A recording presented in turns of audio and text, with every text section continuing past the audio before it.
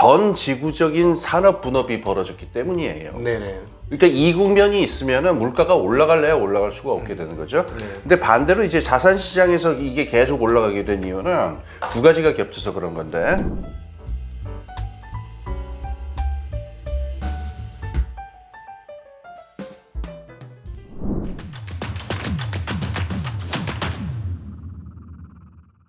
안녕하십니까, 증시학도TV 시청자 여러분, 투자자 여러분 반갑습니다. 제가 개인적으로 가장 자부심을 갖는 코너 중에 하나죠. 독이 아카데미. 네, 아카데미를 현란하게 빛나게 해주신 우리 경제학자 홍기빈 선생님 오셨습니다. 선생님 어서 오십시오. 예, 안녕하세요. 네, 안녕하십니까. 네, 지난번에 오셔서 이제 트럼프 시대가 이제 시작이 되면 어떻게 세상이 바뀔 것이냐라고 말씀하시면서 한마디로 요약을 해보면 항로 없는, 그러니까 항해 지도가 없는 항해를 해야 되는 것과 마찬가지다. 예. 이렇게 표현을 해주셨습니다. 예.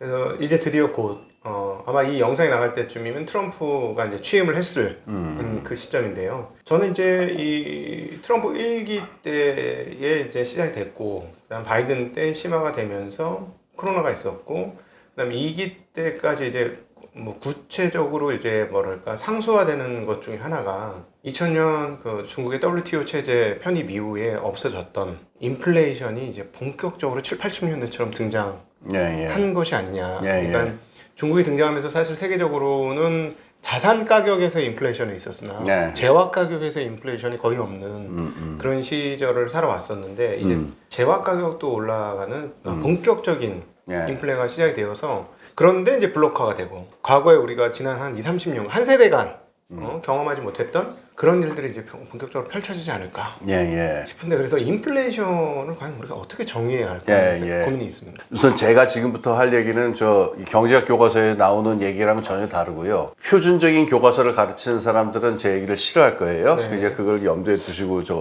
해주셨으면 좋겠는데, 네. 인플레이션에 대해서 제 생각에 우리들이 생각을 다 바꿔야 되는 게 하나 있는데요. 네. 무슨 법칙 같은 거 없습니다. 그 사람들이 자꾸 이런 걸 통제하려고 그래요. 이게 이렇게 하면 감기 걸리더라. 그래가지고 목욕하고 나와서 옷을 늦게 입으면 감기 걸리더라. 해가지고 통제하려고 하는데 그런 거 없죠. 감기 걸리는 거에. 무슨 법칙이 있어요. 걸릴 때 되면 그냥 걸려요. 네네. 그리고 저것도 마찬가지인데, 그 감기 말고 다른 예를 들자면은 혁명이 일어나거나 역사에서 혁명이 일어나거나 반란이 일어나는 거 있잖아요. 그건 무슨 법칙이 있는 게 아니거든요.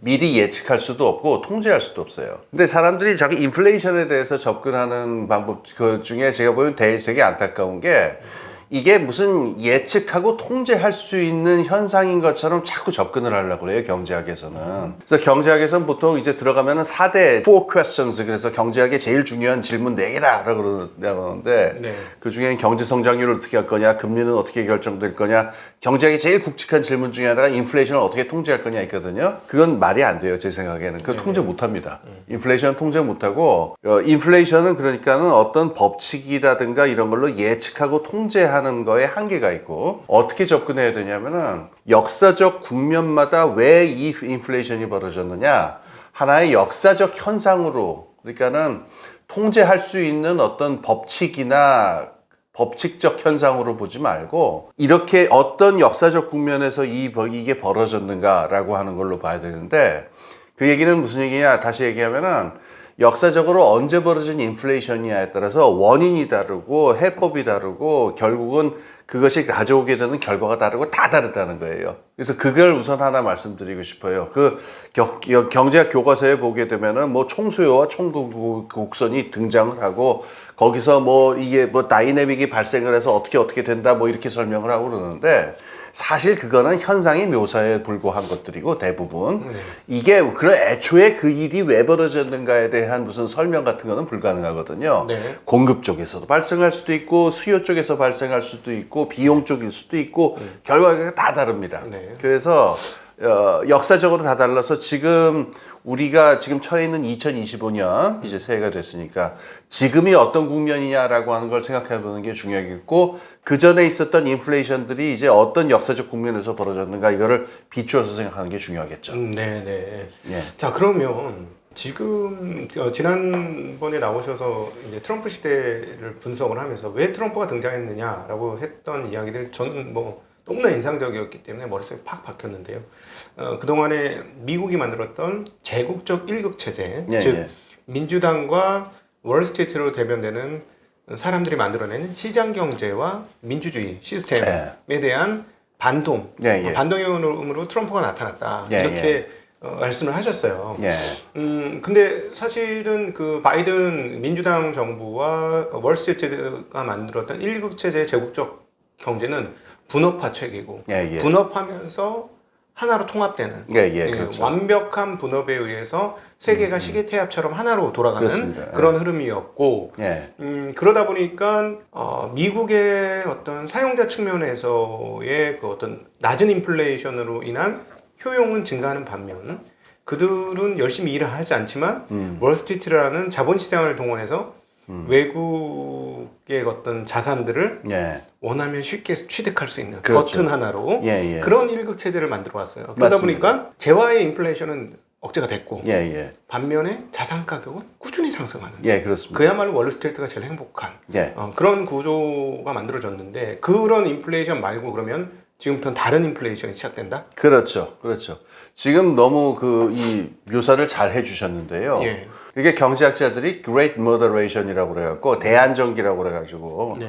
그러니까 80년대부터 시작해서 한 30년 동안 이 인플레이션이 전혀 없었고 그러니까 인플레이션이 오히려 디플레이션에 가까울 정도로 물가가 안정됐던 기간을 갖다가 이제 Great Moderation이다 대안정기다 이렇게 얘기를 하거든요. 그러면은 이거를 가지고 경제학자들은 뭐라고 주장을 하냐면은 자기들이 경제 정책에 성공해서 그렇더라고.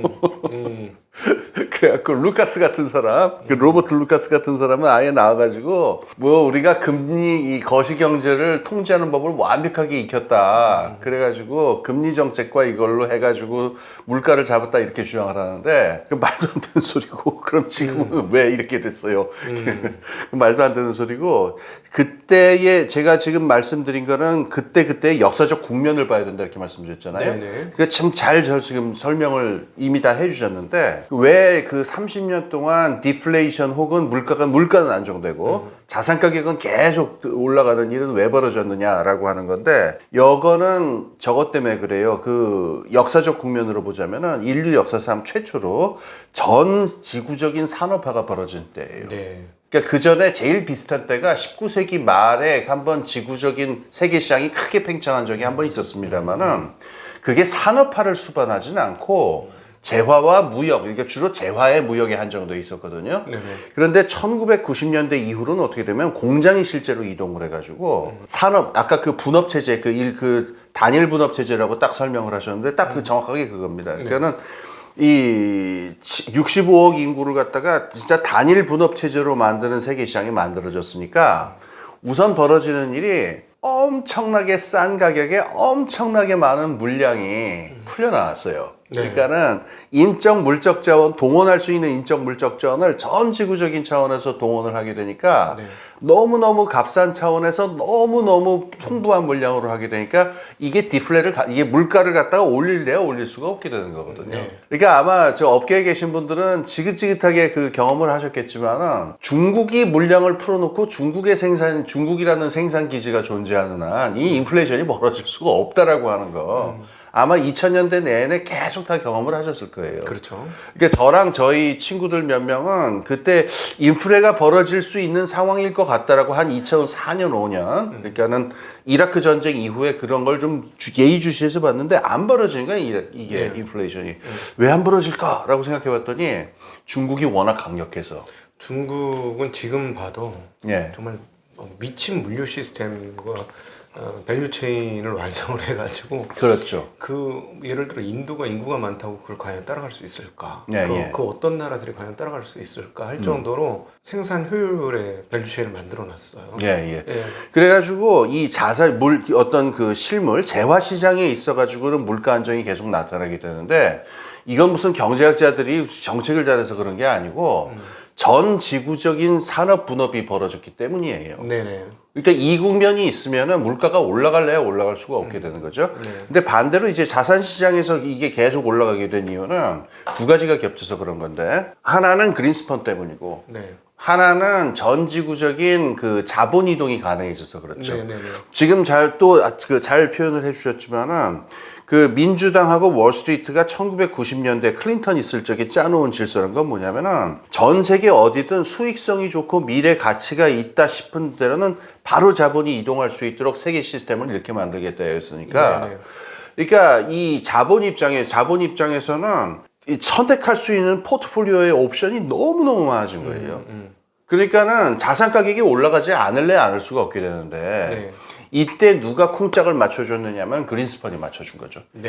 그린스펀 푸시라고 하는 말이 있었잖아요. 보통 이것도 또 교과서에 나오는 거랑 잘못인데 교과서에서는 보통 어떻게 하냐면은 신자유주의 시절에는 이게 중앙은행이 물가 안정을 갖다가 꾀하게 되고 물가 안정을 꾀하고 인플레를 잡으려다 보니까 금리를 올리는 경향이 있다라는 식으로 정치 경제 교과서에서 가르치는 경우가 있는데 아이고 실제로 그린스펀이 잡고 있었던 그 미국 그때를 보면은 껐떡하면 그 무슨 구실만 있으면 금리 깎고 해서 계속 이렇게 떨어지거든요. 그린스펀 있을 때가 이게 그린스펀이 그걸 안 거예요. 여기서 그러니까는 이게 자산 시장의 인플레로 벌어지도록 이걸 의도적으로 만들어내게 되는 건데 계속 그 이자율을 갖고 계속 유동성을 풀어가지고서 이렇게 하니까는 이게 K자로 이게 벌어질 수밖에 없는 거죠. 자산 시장은 계속 뛸 수밖에 없는 거고 왜냐면 전지구적으로 이게 팽창을 했으니까 그리고 유동성도 풍부하게 공급이 되니까 그 다음에 재화 시장은 아까 말씀드린 대로 그런 이유에서 떨어지는 거니까 여기서 이 현상이 벌어지니까 자산 시장은 펄펄 끓고 재화 시장에서의 물가는 오르지 않는다는 거는 무슨 경제 법칙이나 이런 것 때문에 벌어진 게 아니고 그 당시의 역사적 국면 때문이죠. 지정학적인 국면 그 다음에 역사적인 그 지경학적인 국면 이런 것 때문에 벌어진 거였었던 거예요. 거기에 대해서 이제 그린스펀이 미국 자본주의의 역사라는 책에서 미국 자본주의는 기업의 힘으로 이렇게 됐다. 그러니까 소위 말하는 기업가 정신이라든가 뭐 슈페터가 말하는 창조적 파괴 혁신 뭐 그런 식으로 미국의 기업들이 그렇게 어떤 뭐랄까 능동적이고 적극적으로 자본을 굴려가지고 그렇게 됐다는 톤으로 다 얘기한다고 제가 들었거든요. 이건 어떻게 봐야 될까요? 그린스펀의 이 얘기는. 제가 뭐 그걸 읽지 못해가지고 정확하게 어떤 의미인지 파악은 못하겠습니다만은 그 말은 굉장한 어폐가 있어요. 미국 기업은 1890년대 이후로 금융하고 기업은 구별할 수가 없어요. JP 모건 이후로는 구별할 수가 없게 돼 있어요. 지금 업계에 계신 분이니까는 주식계나 이 자본시장에 계신 분들은 너무 잘 아시겠지만은 경제학 교과서에 나오는 기업이라고 하는 건 금융하고 아무 상관도 없는 생산 조직인 것처럼 나오거든요. 그렇죠. 생산을 얼마나 효율적으로 잘하고 자원 배치를 그거에 대해서 어떻게 잘하는가. 그리고 심지어 그 재화의 가격도 어떻게 매기냐면은 생산의 한 개 비용이 얼마나 되느냐, 공장도 가격이 이거에 의해서 공장도 가격을 결정하는 것처럼 그렇게 나오거든요. 근데 웃기는 얘기고 이미 1880년대 90년대 이후로는 실제 기업 경영에 있어가지고 금융적인 고려가 절반 이상이죠. 생산에 대한 고려 물론 합니다. 생산 가격을 어떻게 낮출 것이냐, 생산 기지를 어떻게 둘 것이냐. 근데 그런 기업 경영 전략의 극히 그 절반 정도에 불과하고 절반 이상의 고려는 이 인수합병을 할 것이냐 말 것이냐. 그 다음에 다른 기업 업체들과의 양수도를 어떻게 할 것이냐, 전략적 투자를 어떻게 할 것이냐라는 금융적 고려가 절반이 들어가 있거든요. 그러니까 20세기 이후의 기업 조직이라고 하는 거를 이걸 생산 조직이라고 말하는 거는 굉장한 어폐가 있고 사실은 금융적 고려에 의해서 금융적인 전략에 의해서 금융적 전략이 생산을 지배하는 조직이 기업이거든요. 근데 그 기업이 그러면 금융적인 고려를 왔다 갔다 하게 만든 거는 다 자기였는데 자기가 어떻게 금리를 하느냐, 그 다음에 금융 규제를 어떻게 푸느냐 이런 얘기를 했는데 지금 그런 얘기를 안 하고 그러니까 금융 얘기를 안 하고서 기업의 힘에서 나왔다. 그럼 그 기업의 힘이란 게 금융의 힘이냐 생산의 힘이냐라고 말해보면은 그건 불가분으로 연결되어 있는 거거든요. 미국을 딱 특정해서 얘기하면 지금 우리 홍민 선생님 말씀하신 거하고 딱 들어맞는 것 같습니다. 왜냐면은 미국의 기업들의 어떤 자본 흐름을 빼고는 미국 기업들을 설명하기 좀 어려운 건 맞는 것 같아요. 그럼요. 그러면 아시아 기업은 좀 다르지 않습니까? 아시아는 거의 생산 기지가 된 거고 지금 뭐 대표적으로 구체화되는 게 뭐 TSMC라든가 폭스콘이라든가 한국의 뭐 하이닉스라든가 이런 기업들이 거기서부터 하청을 받아갖고 거기가 원하는 대로 최대의 생산 진짜 쥐어 짜가지고 예. 최대한 생산 효율을 올려서 거기다가 납품을 해주거든요. 예. 그러면 걔네들은 그걸 가지고 또 돈을 벌고 예. 또 거기서 그 돈을 벌면 또 자본화를 어떤 식으로든 또 시킬 수 있는 그런 구조로 가지고 가고 자기가 더 클 수 있도록 인수합병도 하고 예. 뭐 그렇게 되는 거거든요. 예. 아시아 기업도 자본화되었다고 봐요. 그게 문제가 되는데 중국이 그 자본시장의 개방을 갖다가 끝까지 저거를 안 했죠. 안 했잖아요. 왜냐하면 환율 개방을 안 한 거니까 자본시장 개방을 안 한 거라고 봐요. 이게 그렇죠? 그러니까 미국 입장에서 보면 용납이 안 되는 게 미국에서는 1890년대 JP 모건이 이미 표준으로 설정해 놓은 자본주의의 기본 룰을 이놈의 자식들이 안 받아들이는 거예요. 왜냐하면은 그 아까 말한 JP 모건의 그 기본적인 룰이라고 하는 거는 모든 기업은 금융적 고려에 의해서 전략과 행동이 결정돼야지 생산 조직으로서 움직인다라고 하는 건 용납할 수가 없다라고 하는데 이 비슷한 일을 일본도 당했어요. 1990년대에. 그러니까 그러니까 아시아 지금 말씀하신 대로 아시아에 있는 기업들이 어떤 특징이 있냐면은 이 국가 자본주의다 그래갖고 자본 조달을 주로 어디서 했냐면은 물론 이건 옛날 얘기입니다. 일본도 한 80년대까지는 주로 은행에서 해왔거든요. 근데 지금도 마찬가지예요. 지금도 사실 은행의 비중이 굉장히 높죠. 동북아 삼국이 무슨 자본시장이 성장을 했어요. 그러니까요. 네네. 맞습니다. 예. 그러니까 자본시장이 커진다라고 JP 모건의 룰이라고 하는 거는 자본시장이 커져가지고서 자본 조달을 자본시장에 세우니까 자본시장의 논리에 의해서 기업 경영의 논리도 움직인다라고 하는 건데 사실은 크게 넓게 보자면은 중국이나 한국도 옛날에 그랬고 일본도 그렇고 지금은 많이 흐트러지긴 했습니다만은 한 80년대 90년대까지의 오리지널한 모습은 뭐냐면은 국가 자본주의 모습이 훨씬 컸거든요. 그렇죠. 지금 중국에서 계속 포착이 예. 되고 목격이 되는 것처럼. 그러니까 지금도 이 세 나라 다 남아 있는 그 어떤 그 유산이 뭐냐면은 자본시장이 미국 같지 않거든요. 아시아에 있는 그 시장 중국, 한국, 일본이 다 겪은 일인데 이 자본시장을 안 열고 생산 조직으로서의 성격을 계속 유지를 하고 가지려고 그랬단 말이에요. 왜냐하면은 금융도 은행으로 돼 있고 그 기업의 경영적인 어떤 결정도 국가 관료들의 산업 정책하고 더 연결돼 있는 경우들이 옛날엔 더 많았단 말이에요. 근데 그게 이제 하나씩 다 무너지죠. 90년대에 걸쳐서 일본도 이제 더 이상 그 한계에 부닥쳐가지고 외국 자본이나 이게 들어오게 되는데 그래도 자본시장이 미국처럼 변하지는 않아요. 그렇죠. 여전히 은행의 힘이 세고요. 예. 네. 그리고 6대 기업 집단 그거 해체되지 않고 그대로 힘을 발휘하고 있고 네. 우리나라도 그 IMF 이후로 이제 많이 바뀌었습니다만은 기업의 성격이 지금 우리나라 뭐 큰 재벌 기업 집단은 다 자본시장에 대한 고려가 들어있지만은 그렇다고 해서 우리나라 자본시장이 미국 자본시장처럼 작동하냐 전혀 아니죠. 그거는. 그렇죠. 전혀 아니고 네네. 중국은 더 심하거든요. 그렇죠. 중국은 더 심하니까 미국하고 중국하고의 갈등에서 제일 중요한 그 갈등은 저거였어요. 자본 자유화 문제였었어요. 네. 끝까지 근데 중국은 그걸 안 놓거든요. 왜냐하면은 이거를 자본 자유화를 했을 적에 벌어질 일이라고 하는 게 전 세계 금융 자본의 논리에서 자기들이 키워놓은 그 생산 조직들이 다 그거에서 좌지우지될 게 뻔하게 보이니까 그걸 용납할 수 없었던 거죠. 네. 그건 뭐죠?